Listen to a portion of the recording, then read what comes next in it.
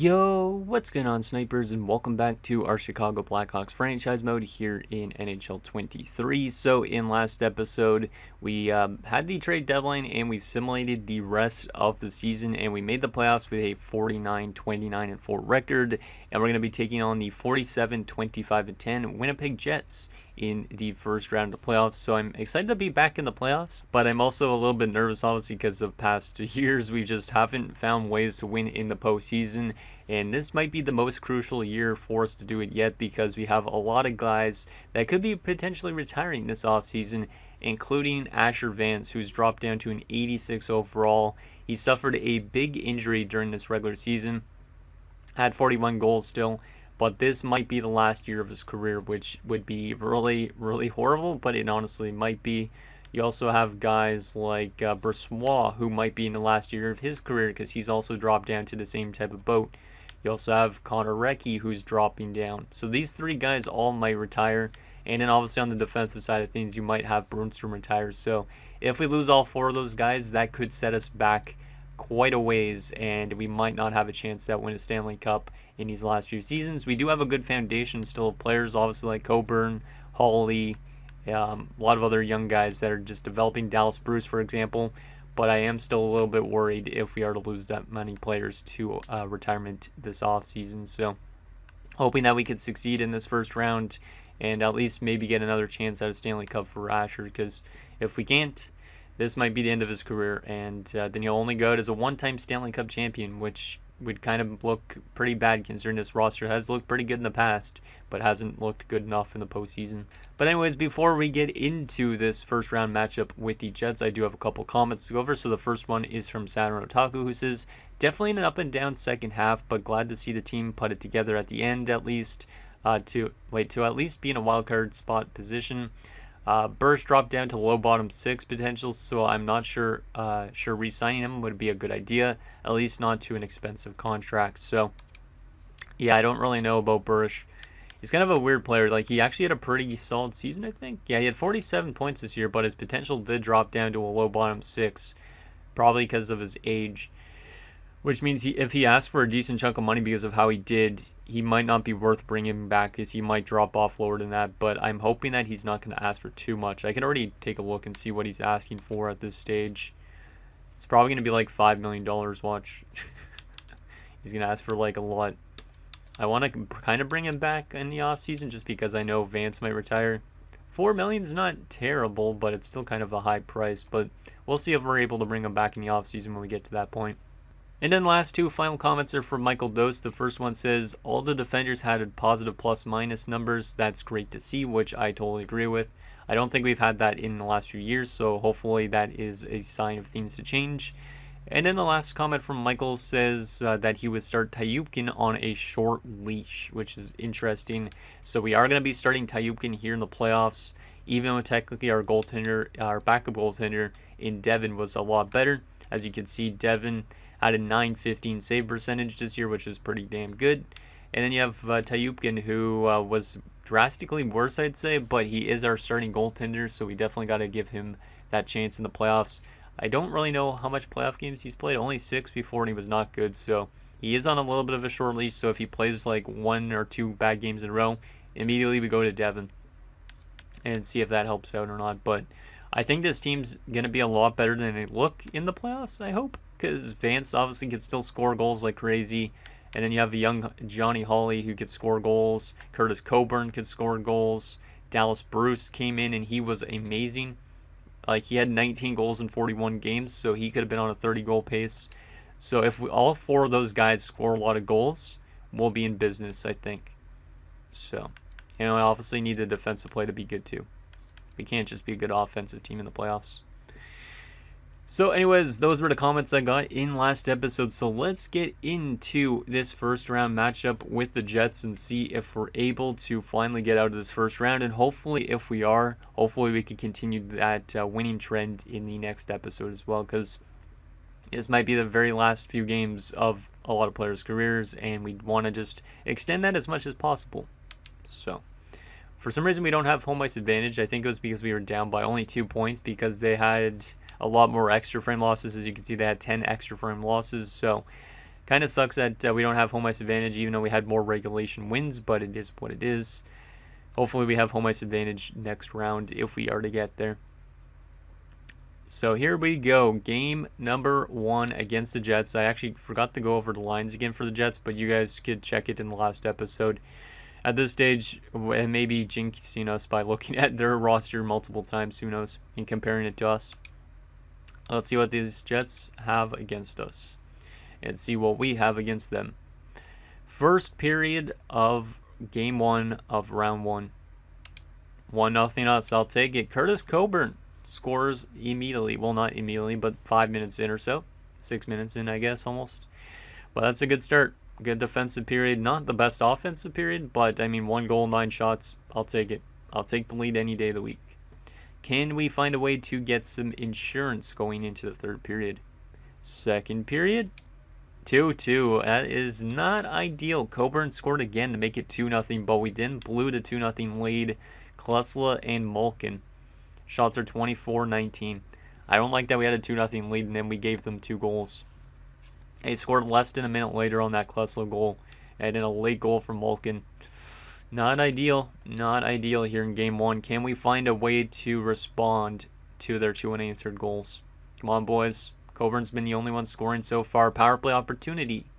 We do not capitalize on it. Come on, where's Vance when we need him? Where is the Vance man? Final 5 minutes of this third period, and are we going to be going to an overtime situation? We have a power play late, and we did not capitalize on it. But we are going to OT in game 1, because of course we are. We have to make it a little bit more dramatic than us winning like 2-0 or something like that. Shots are 32-28. It's a 2-2 game, so I'd say it's a pretty even game for the most part. And it hasn't been a terrible game for Tayupkin. He's been kind of keeping us in it in a sense too, so he will probably get the start next game regardless. Let's see what happens here in overtime. See if we could find a way to win it, and yes we do. And it's Coburn again. Coburn with a game 1 hat trick. He's the only guy to score in our lineup in game 1, and that was on our first shot of overtime. And we have taken a 1-0 series lead on the Jets. Well, shout out to Curtis Coburn, who seems like he's definitely living in Vance's footsteps. Coburn from Jokela, Coburn from Bennett and Jokela, and Coburn from Brossoit. Let's go. Kind of sucks that our depth scoring really wasn't there, but when Curtis Coburn gets a hat trick, I'll take that. And then Jokela had 2 points. Bennett and Brossoit with the only other points. I like it. Very good performance from Tayupkin as well in game 1. Let's go. See if we can ride that OT momentum into the next game. That's a pretty good start. Good defensive hockey. Not the best offensive, but we don't really need to have the best offensive to win series 2. We need to have those kind of like games where we just kind of play a little bit more reserved. Because if we go too ham on the offense, maybe it'll eventually go terribly on the defensive side of things, right? Okay, let's keep the team the exact same and get into game 2 and see if we can get offense from any other line other than Curtis Coburn. Because I want offense from everybody, not just from one guy. That's the only problem I would probably take away from that first game, is that only one guy scored all the goals. First period of game number 2. 2-0 Jets. That's not ideal. That's not ideal. That's a bad start for Tayupkin after he had a really good first game. Drouin, Delorier, and Jenner score. Shots are 9-9, and it's a 2-0 lead for the Jets. So they basically are in the same spot almost as what we were in the last game in a way.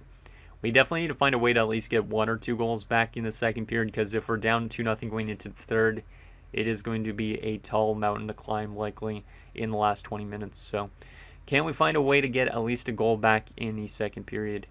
Second period? We do get a goal, but they also get a goal. Gustafson made it 2-1, but a goal from Boys restores the 2-goal advantage, which is not ideal. Shots are 24-21 in favor of them, so we're getting outshot again. We're down by 2 goals. It's good to see somebody else other than Coburn score, but we do need also more offense from guys like Vance here in the series. Let's see what happens in the third period, see if we're able to get back into this game at all. Come on, boys. Boys. Not that. I say come on, boys, and it's literally boys for the friggin' Jets. I don't mean that. I mean literally come on, boys, like our team, not the boys. Vance scores to get us back within 2. Good to see Vance getting on the board. Power play, we do not capitalize. Penalty kill, we kill it off. But it's a little bit too late here. And we are going to have a tie series headed back home to Chicago, as Klesla got an empty netter.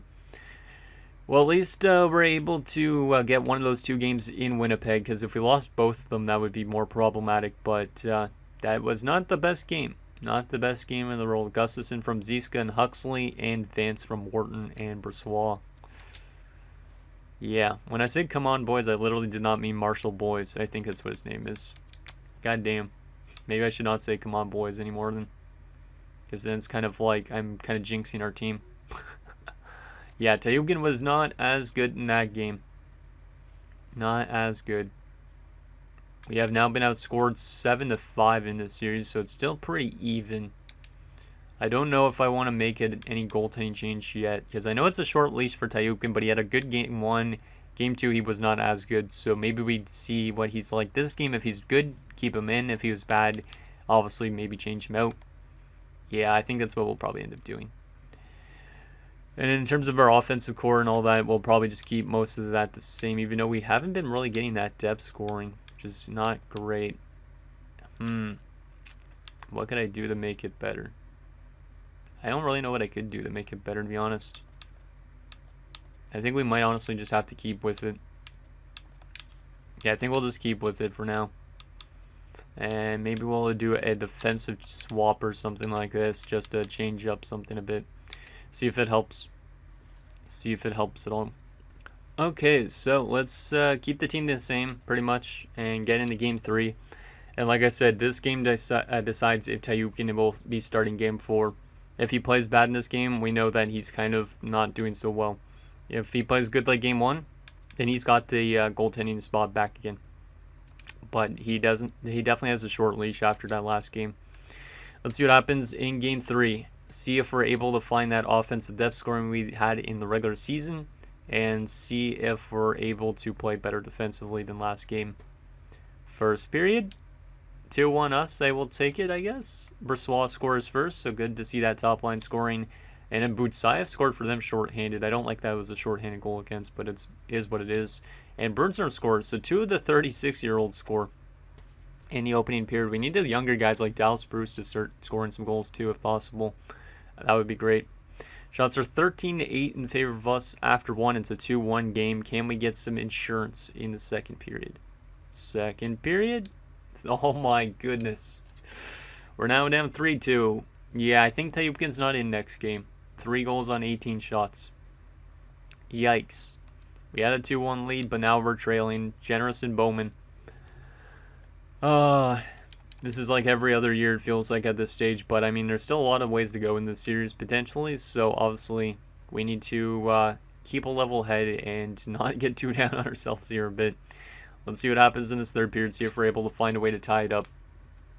Come on, boys. Come on, Vance. I know you have goals in you, man. Vance has been pretty quiet here in the playoffs, so I think he might honestly retire, which is detrimental. Come on, boys. 1 goal to tie it, please. Force OT, please. Mendez makes it 4-2. And unfortunately, we're going to be down 2-1 in the series. Not a bad third period from Tayukin, but I think I am going to swap over to Devin and maybe make some offensive changes now. Yeah, I think that's where I'm going to go. We had the lead, and then we blew it. Brossoit from Wharton and Vance, and Bernstrom from Wharton and Brossoit. Yeah, I think I'm going to make some changes to our lineup, because that's back-to-back games where we've only scored 2 goals. Like, our offense just has not been really that offense I was hoping it would be. Obviously, it's only a 2-1 series, though, so if we win this game, we're in a good spot. If we lose this game, though, we're in a bad spot. So, definitely want to take this quite seriously, especially with all those older guys being on the cusp of retirement. Let's swap Wharton over to the right side because he can't play right side. Let's put Coburn on the top line with Vance. And move Brossoit over here. And maybe move Bruce up to there. Put Recchi as a third liner. Don't really like that, but I honestly have to try something. And swap Huxley and Hawley. And I think we'll go back to Carter on the top unit. We will keep the defensive core the exact same. And Yeah, Tyukin's just getting worse every game. So, yep, Dylan Devon will make his playoff debut. This guy never played in the NHL before the season, so I'm hoping he could do kind of what he did in 2041, I guess, with the Ontario Reign, where he was really solid in the playoffs. But this guy is a very big question mark in terms of what he's going to do in the playoffs. But I'm hoping that he could be our savior and get us back into the series because, like I said, we knew if we lose this game, we're in a really bad spot. And apparently Arizona won 9-2 over Nashville, it says in the top corner, which is kind of crazy for a playoff game. But anyways, let's see if we're able to respond to these back-to-back losses. We've been outscored 9-4 over the last 2 games, so we definitely need to find something that works. Is this the game that's going to help our team out, or is it going to set us back where we're going to need to win 3 straight games, which would not be great, especially because I don't know who's going to retire. And we're going to find out in this episode, I think, regardless if we end up, or not regardless, but if we lose the series, we're going to find that out, I think, in this episode, regardless of what happens, if it goes to a Game 7 or not. Let's see what happens, see if we're able to tie the series headed to Winnipeg. Come on, boys. I don't want to go down 3-1. First period of game number 4. It's 2-0 Jets. It's literally the same thing every single time we make the playoffs. We just struggle and struggle and struggle. Rupert and Boyes score for Winnipeg. Shots are 9-8. So not a great start for Devon, which means goaltending still a big question mark on this team. And then obviously defensive play too. But still a big question mark with our team here. Offense has not been that good since game 1. And it wasn't even really that great in game 1 either, though. It only had 3 goals. Like, we're just not scoring enough here. And the Jets are scoring a lot. Can we find a way to get back into this game in the second period? If we at least shut them down in 1 period and we get a goal back, we could be in business. But if we allow any more goals or don't score any more goals, we're still in a big hole. Second period, 3-0. Well, this series might be over. It might be over. We do need to win 3 straight games, I think, at this point, because I don't think we're coming back from a 3-0 deficit in the third. But this series really frustrates me. There's a lot of fun about this series, obviously, with some of the players in it, but at the same time, when we just cannot find a way to win the playoffs, it seems like I'm doing everything possible to change this team into being a good team, but it just isn't happening. Like, watch, all these 4 retirements we're going to have potentially this offseason, we're going to come back somehow next year and be a better team, even though we just lost, like, one of the best players I've ever had. If Vance retires, because I think Vance is going to be retiring. He's just not doing anything here in the playoffs, which is once again uncharacteristic of him. This is frustrating. This is frustrating. Because usually Vance is scoring a lot in the playoffs, but this year he's been very quiet since his injury. Power play opportunity. We do not score on it. I don't really know what we need to do next game. Well, I need to rework the lines or something, and we do not score a single goal in that game. That is not ideal. Not ideal whatsoever. Yeah, we need to make some adjustments. Devon was not really that great either, so honestly, I don't know who's going to start this next game. We could always check to the AHL and see if there's anybody that could play a game maybe if we want, but I'd have to send somebody down, I think. Yeah, the offense has been terrible. Terrible. I think what we're going to do is go Vance back to the wing, Bennett at center with Brossois, and then we'll go Coburn with Recchi and Wharton, and then we'll go back to Dallas Bruce with Hawley and Burish, and then back to Huxley, Ziska, Gustafson. We do have Zubris who we could implement. Let's take Gustafson out, put Zubris in. Yeah, we'll do something like that. Why not? Actually, I'm going to swap this around a little bit. Yeah, I just want to go for some colossal changes right now. Jokic is second pairing. Anything to find this team some success. Technically, Devon was better. but Tayukin's got the only win at this point. Let's go to Devin for this game, because I don't really care. Gustafson's the scratch. Rest of this is fine. Is there anybody in the AHL that could get called up? There is technically, like Brookbank and stuff like that, but I would rather wait for next season to get those guys in. Omen is pretty close too.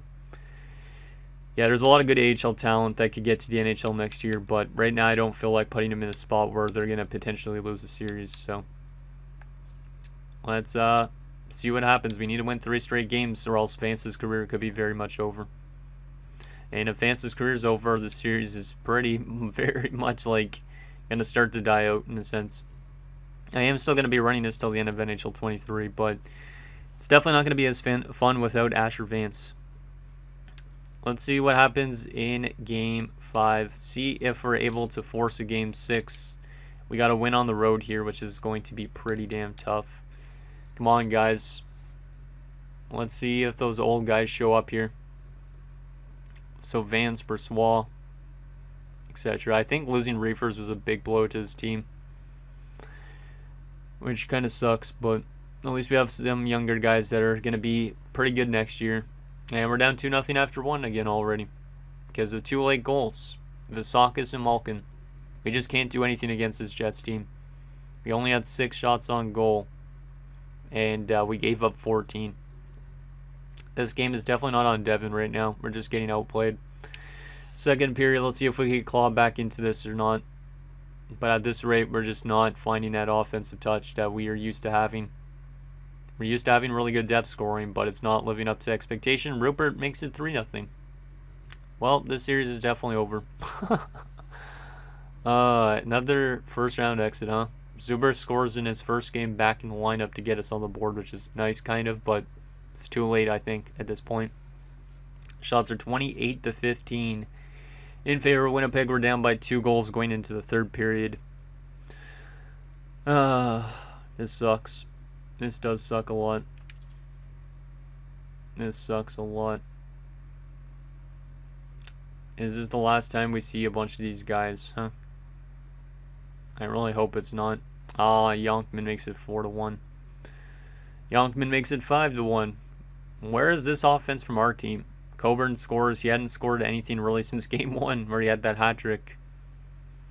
And unfortunately, after winning Game 1 in overtime, we lose 4 straight games and we're out in the first round. Well, that was a disappointment. I didn't record purposely for like a week or so to see what happened in the playoffs. Let it marinate a bit, and we end up still going out in the first round. Well, that sucks. That sucks a lot. If we had home ice, do you think we would have won that series? Because I honestly feel like we should have probably been a much better team. Like, Asher Vance was definitely nowhere, which makes me very concerned. Because he only had 2 points. That is very unlike him. Very unlike him. There's his career numbers. Over point per game in the playoffs, but this year he was under point per game. Only shooting 4.8%. I hope this is not the end for him. Zesk only had 1 point. Bennett only had 1 point. Bursch only had 1 point. -7 for Parker Bursch. Well, maybe he doesn't come back. Even though he had 40 points, that defensive play is atrocious. Oh my god. Coburn was good. 4 goals in 5 games. Wharton was good. 4 assists in 5 games. And then after that, it just drops off a lot in the plus-minus. Absolutely tragic.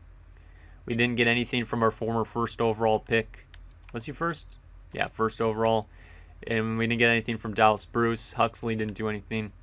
Gustafsson only had a goal. Brossoit was solid too. He might be also retired. We'll see if he ends up retiring or not. Didn't get enough from him really, but still. Zubers was okay. Recchi was nowhere. This also could be the end for Recchi. Pretty serious. And defensively, this could be the end for Brunstrom. -6 for Kachuk. God damn, these young guys just don't know how to play defense, it seems like. Holy. And yeah, there's Brunstrom's stats. He's likely retiring this offseason, I think. And both goalies were trash. as usual. So there's that. So I'd say the only good players in the playoffs were these three. Vance was a disappointment, but he's getting older. And obviously prior years make up for that, but when we needed him most, he didn't show up, because literally this could be the end for him. That sucks. Okay, let's simulate through the playoffs and see who ends up winning the Stanley Cup. And we're going to see those retirements in this episode. So if you're thinking about clicking off this video, stick around, because you might want to see if there's those retirements or not. We'll see if our AHL team does good this year. Maybe our AHL team will at least get a Calder Cup, because at least we'll make them successful. Unlike our NHL team, we'll just keep Cairns out of the lineup because I don't really care about them that much. Hey, they might be going to the finals. Come on, Rockford, you got this. Oh, they lost, I think, in the finals to the Toronto Marlies. And the Jets end up winning the Stanley Cup. Are you serious? That team had not made the playoffs in a long time, I think. Because they had the pick that they took. They had the first overall pick a few years ago, yet they win a Stanley Cup before us again. That is a big disappointment. That is a big, big disappointment. They end up beating Toronto for the Stanley Cup. How do they win the Stanley Cup, though, already? Like, they weren't much better than us. So you're saying if we beat them, then maybe we could have won the Stanley Cup? Is that what you're saying, game? Because literally we drafted, who was it? We drafted, who was it again? Goddamn, my mind. Oh yeah, it was it was Curtis Coburn. We drafted Curtis Coburn 4th overall in 2041, while the Jets had the first overall pick that year, and they drafted this Isaiah Haskins guy that year, and he's already a Stanley Cup champion at age 20. Kick rocks, Winnipeg, kick rocks. Oh my goodness. So they win the Stanley Cup. So that's 3 Canadian teams in the last 5 years, which is kind of cool. But Anaheim, the Presidents, Winnipeg, Toronto, Stanley Cup Finals. Gardner won the Art Ross, Robichaud to Hart, Snyder to Norris, Sadikov the Lady Byng, Jensen the Calder for Columbus. Malkin won the Conn Smythe for Winnipeg. Svedberg won a Vezina. I think he's won a couple before. Reimer wins the Jennings. Gunderson gets the Masterton. New Jersey's head coach wins the Jack Adams. Earl wins the Selke. Robichaud to Lindsay. And Fournier the Richard. Any AHL awards for our AHL team? No. That's kind of surprising because they got to the Calder Cup Finals, I believe. Let me take a look at that. Yeah, they lost in 6 games to the Toronto Marlies. That close to a Calder Cup. I want to take a look at our player stats from the Calder Cup run. What the hell? Tommy Ribeiro. Oh my goodness. Former first round pick, hasn't really panned out, but AHL wise, this guy was just passing the puck like a machine. Canzanella was good too, which is nice because he should be NHL bound next year. Yeah, we got some really good production from some of these guys in the AHL. I like it, but it sucks that they lost in the finals, of course. And then Marsh was great. I don't think Marsh is going to pan out at this stage, but he's still been a pretty damn good AHL goalie. He was really good in those 2 games he played for us last year, though, so hey, maybe we just try him as a backup goalie in the playoffs next year if we get there. See what happens with that. Oh, that sucks. That sucks a lot. But now comes the part that might suck the most. We gotta find obviously out the draft lottery, which doesn't matter too much to us at all, but we do gotta find out those retirements. And that might be where it slaps us in the face. Damn, okay, Vegas moves from 11 to 1. Boston moves from 12 to 2, which means Tampa falls to 3, Edmonton to 4, and Colorado to 5. Wow. Okay. Okay. Let's see. This is the part I do not really want to look at, but we have to. We have to see if our guys retired. Did they retire? They did not. They did not. At least Vance didn't. And I think, yeah, Brossoit probably wouldn't have retired too. I don't think we did get our retirements, which is good. Which is good, but it's also very scary because that means Vance is just going to continue to drop off year after year. He's going to be only like an 83 or something next season. So School retires. That's a former player of ours. One of the worst acquisitions I think I ever had. Didn't live up to the expectation that I brought him in at. I mean, he was okay, but he was not as good as I was hoping he'd be. Let's see what else. Any other former players or any current players retiring? Don't see anybody there. Left wing wise, Donald Lill retires already. He's already 36. I didn't realize he was that old. But former player Donald Lill, who we drafted in the first round of 2024, has retired at the age of 36 after a pretty solid AHL season, couple of good NHL seasons in New Jersey, some brief time in San Jose and Vegas as well. Only played with us in the playoffs, which is kind of interesting. And he was actually not that bad. So shout out to Donald Lill for retiring. Anybody else? Let's see. Right wing wise, not a lot of right wingers apparently that retired. Yeah, none of our players retired. None of those guys I was looking at. Maybe Brunstrom did though, because we didn't see defenders yet. But no forward retired, which means Recchi, Brossoit, and Vance could all come back for another season. I think Vance is already signed for next year, but Brossoit and Recchi, I believe, are pending free agents. Defensively, we did not have a defensive retirement either, which means Bernstrom could come back again if we want to, but honestly, I might be looking to replace him soon. I mean, Udkov was the best defender that retired. Jorgen Markstrom, couldn't I have drafted this guy, I think, at one point? Yeah, I could have traded for him. I remember seeing him on the trading block way back. I wish I kind of traded for him way back because he seemed like he had a good career. But, oh my goodness. We dodged a bullet. We didn't have a single retirement. At least that's good, but I don't know if this team's going to be much better next year or not. Like, Vance might have to be like a second or third liner behind guys like Coburn. So, let's see. Any other former players here? I don't see really that much former players, huh? Goalie-wise, any former goalies? There is one. Rudy Pitton has retired as an AHL goaltender. After leaving us, he played in Detroit because we traded him, I think, to Detroit. Played a few years in Philly, which he was pretty good in. Played also in Toronto, in Edmonton, and he played in Vegas' AHL affiliate. And looks like I think he did win a Stanley Cup with the Flyers one year. Potentially. Actually, maybe not because that's only 17 games. But his record says he was really good, so I don't know. Maybe he got only to the second round, but there is Rudy Pitton. Any other former players? No. So we dodged a bullet. No retirements, which is nice. But it's still kind of concerning because those guys are definitely going to still drop off, which means who knows if we're going to even be even better next year. We got a couple of scouts that retired, so kind of remind me, guys, to sign a Liga Scout and an extra Liga Scout because we will definitely need those. But let's take a look at our contract situation, our progress reports, and the draft class, and wrap up this 2043 season. We're nearing the end, and we need still another Stanley Cup if possible. Okay, so we have some pretty big free agents to re-sign.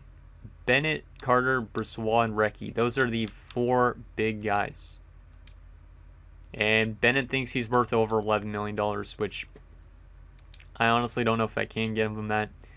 Carter, I could easily give this type of contract to because he'll be in our top four for a while, but still a bit expensive. Brossoit still wants right around the same.